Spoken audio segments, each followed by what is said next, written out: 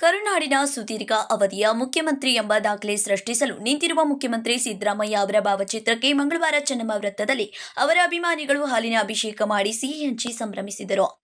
ನಾಡಿನ ಈವರೆಗಿನ ಅತಿ ಸುದೀರ್ಘ ಅವಧಿಯವರೆಗೆ ಮುಖ್ಯಮಂತ್ರಿಯಾಗಿದ್ದ ದೇವರಾಜ್ ಅರಸು ಅವರ ದಾಖಲೆಯನ್ನು ಸಿಎಂ ಸರಿಕಟ್ಟಿದ್ದಾರೆ. ಬುಧವಾರ ಅರಸು ಅವರ ಹೆಸರಿನಲ್ಲಿ ಈವರೆಗೂ ಇದ್ದ ದಾಖಲೆಯನ್ನು ಮುರಿದು ನಾಡಿನ ಅತಿ ಸುದೀರ್ಘ ಅವಧಿಯ ಸಿಎಂ ಎಂಬ ಹೊಸ ಇತಿಹಾಸ ಸೃಷ್ಟಿಸಲಿದ್ದಾರೆ.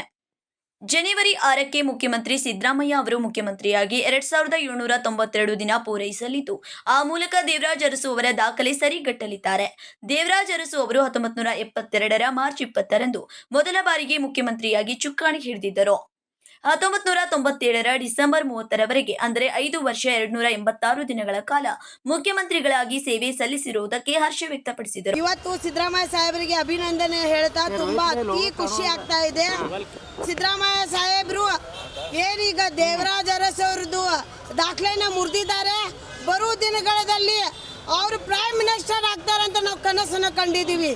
ಕೆಲವೊಂದು ಜನ ಕನಸನ್ನು ಕಾಣ್ತಾ ಇದ್ದಾರೆ. ಸಿದ್ದರಾಮಯ್ಯ ಸಾಹೇಬರು ಹೋಗ್ತಾರೆ ಅಂತ ಆಯೇಷಾ ಸನದಿ ಚಾಲೆಂಜ್ ಮಾಡ್ತಾ ಇದ್ದಾಳೆ. 5 ವರ್ಷ ಮುಖ್ಯಮಂತ್ರಿ ಸಿದ್ದರಾಮಯ್ಯ ಸಾಹೇಬರು, 5 ವರ್ಷ.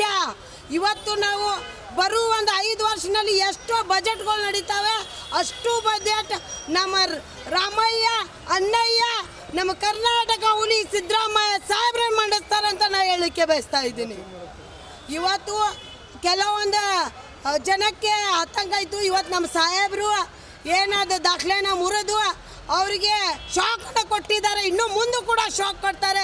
ಅದಕ್ಕೆ ಅವರಿಗೆ ಹಾಲು ಅಭಿಷೇಕ ಮಾಡಿ ಅವರಿಗೆ ಶುಭಾಶಯ ಹೇಳ್ತಾ ಇದ್ದೀವಿ. ಆಯುಷ್ ಸನದಿ, ಕಸ್ತೂರಿ ಬಾವಿ ಸೇರಿದಂತೆ ಇನ್ನಿತರರು ಉಪಸ್ಥಿತರಿದ್ದರು. Vinod Kulkar, KMM Kannada news, Belagavi.